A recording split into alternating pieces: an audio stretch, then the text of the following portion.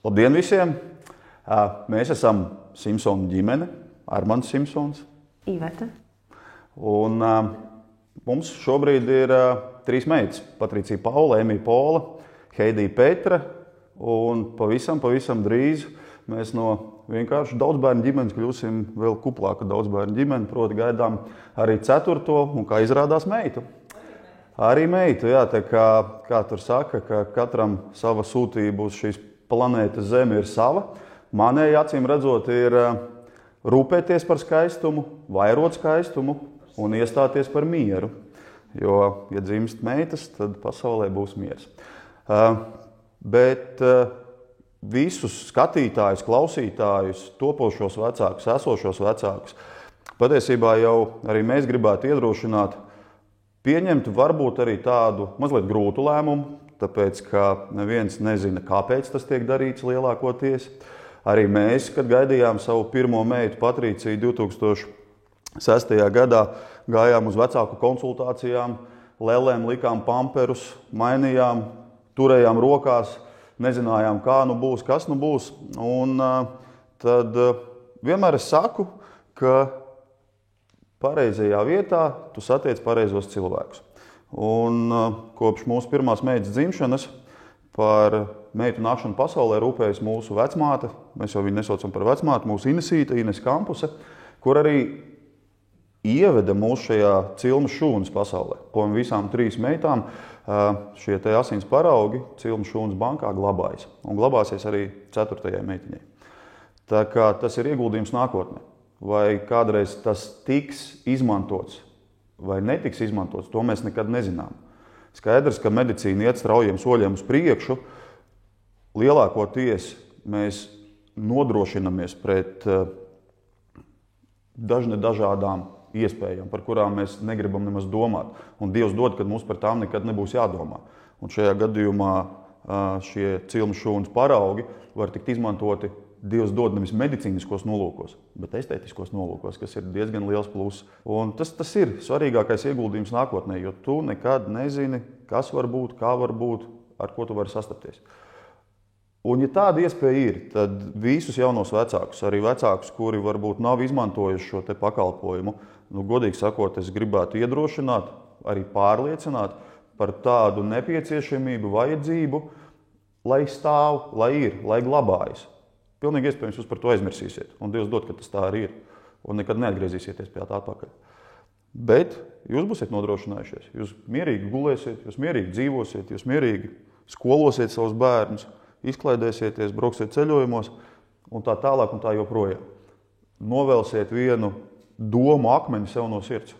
Un tas aicinājums patiesībā mamām, kuras ikdienā nodarbojas gluži tāpat kā mēs ar bērnu audzināšanu un mājas pavārdu kurināšanu, vienkārši nākt, pieteikties, stāstīt, uz ko jūs esat gatavas, jo tāpēc, ka katrai mammai ir sava nepieciešamība. Katra mamma grib būt lutināta, un, manuprāt, ka cilmes šūnas bankas aicinājums pieteikties šādu veidu konkursam ir vienkārši brīnišķīgs. Mēs visas varam, kāpēc es runāju mammu vārdā? Jūs visas varat satikties kopā un patiesībā parādīt un padalīties. Es pilnīgi mierīgi varu aiziet. Jo tikai tā, manuprāt, ka tiek izzināti kaut kādi jaunumi pieredzes apmaiņā. Izklausās pavisam savs un vienkārši, bet tā pieredzes apmaiņa ir viena no labākajām lietām, ko kāds ir kādreiz aizsācis. Mēs padalāmies ar savu pieredzi, mēs nezinām visu. Mēs satiksimies ar kādu citu māmu, jūs satiksieties ar kādu citu māmu, kura pastāstīs savu pieredzi. Pilnīgi iespējams kaut ko tādu, kas mums stāv deguna priekšā, bet par ko mēs neesam aizdomājušies. Un es zinu, ka pilnīgi visas sēž sociālajos tīklos. Facebooks ir viens no labākajiem draugiem brīvā laika īsināšanai, pavadīšanai. Pilnīgi iespējams arī jaunu pieredzes atklāšanai. Tā kā aicinājums būtu pieteikties. Kas zina, varbūt tieši kāda no jums kļūs par reklāmas seju. Skan diezgan cēli. Tad, kad kāda jaunā mamma atnāk pie jums konsultācijā un jūs viņai stāstat tās cilmes šūnas noderību kaut kad nākotnē, ko tas nozīmē, kā tas nozīmē, skaidrs, ka ir jautājums, kā tā cilmes šūna, asins paraugs no nabas saites tiek fiziski paņemts. kā tas notiek tīri medicīniski, kā tas notiek, bet par to netiek domāts. Tajā brīnišķīgajā mirklī, kad pasauli ierauga jaunā dzīvība, jaunā radība, šajā gadījumā, mūsu mīļā vecmāte Inese vispār izdara pilnīgi visu, par ko mēs aizmirstam, par ko mums nav jādomā. Tajā brīdī, kad bērniņš fiziski jau ir mammai uz krūtīm, tad tiek savākt cilmes šūnu asins paraugi. Kā tas notiek? Es klāt neesmu bijis, bet skatījies tā tīri intereses pēc neesmu, bet skaidrs ir viens, ka visa tā kastīte, kura pēc tam tiek sūtīta attiecīgi uz banku, nodota glabāšanai, vienmēr ir paņemta, vienmēr ir savākta un vienmēr ir nogādāta tur, kur šobrīd viņa arī atrodas. Tā kā, ja kādam vai kādai būs satraukums par to, kā tas šausmīgi notiek un kas nu būs, un vai par to ir jādomā, nē, par to absolūti nav jādomā. Jūsu mirklis ir tas svētlaimīgais brīdis, kad dienas gaisma ierauga jūsu 1., 2., 3., mūsu gadījumā 4. bērniņš, un pārējais viss ir tehniskas jautājums. Dzīvā pieredzes apmaiņa ir visvērtīgākā, ko mēs varam iegūt. Tas atkal ir kārtējo reizi aicinājums runāt, zvanīt, interesēties, un atkal joprojām priekš sevis es to uzstādījumu esmu uzlicis tādu, un es viņu nemainīšu, proti, ka es runāju mūsu vārdā. Tas ir ieguldījums nākotnē. Tas ir ieguldījums jūsu bērnos. Vai jūs ieguldījumu varat izmērīt vienalga kādā eiro vai jebkuras citas pasaules valsts ekvivalentā valūtā? Nē. Un lai nav tā, ka pēc tam jūs atcerēsieties to dienu, kad jūs izdomājāt, tas ir viss nepriekš manis. Ja? Nekad nevar zināt, bet lielākoties ir tas, ka mēs šobrīd esam nodrošinājušies un mēs par to esam aizmirsuši. Mēs zinām, ka cilmes šūnas bankā glabājas mūsu paraugi, glabāsies mūsu paraugi. Jo mums arī man ir bijusi pieredze runājot ar manām paziņām, ar topošajām mamām, ar jau šobrīd esošajām mamām, arī pārunājot šo cilmes šūnu nepieciešamību, jā, nē, jā. Un diezgan bieži ir tā skepse, kas tad tas ir, ko tad es, man nekas, es pat esmu izaugusi, jā, mēs arī esam izauguši bez šiem paraugiem. Viss ir vislabākajā kārtībā, priecīgi, laimīgi, veseli, sportiski un smaidīgi.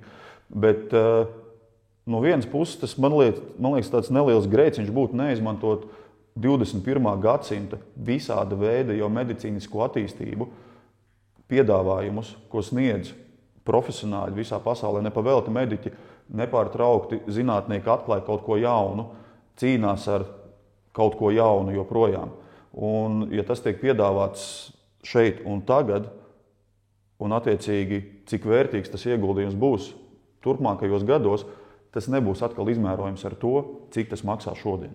Šobrīd arī ir diezgan daudz jautājumi, gatavojoties 4. dzemdībām, vai jūs esat sagatavojušies, ko jūs ņemsiet līdzi. Saku, labrīt, 3. bērnu Heidī gaidot ir tā, ka man bija darīšanas Rīgā, Iveta ar bērniem bija apskatē pie ģimenes doktora Ikšķilē. Tad, kad process bija sācies, es jau biju izdomājis, ka, lai brauc no Ikšķiles uz Siguldu, nē, es tev atbraukšu pakaļ. Tā mamma jau ir ar pieredzi, viņa zina savu organismu, kurā brīdī tas viss process notiksies.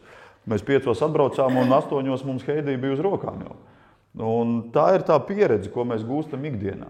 Un tad ir tas jautājums, cik daudz no tās pieredzes mēs ņemam līdzi sev, cik daudz mēs atstājam kaut kur aiz durvīm, kas mums nebūs nekad nepieciešams. Nepiedzimstam mēs pa ideāliem vecākiem, par gataviem tētiem un mamām. Katram ir kādreiz bijis 1. bērniņš, 2. bērniņš. Un tā pieredze krājas ar katru nodzīvoto dienu, ar katru nodzīvoto nedēļu, mēnesi, gadu. Un mēs arī, jau mazliet atkārtojos, bet joprojām krājam to savu pieredzi būt par labiem vecākiem.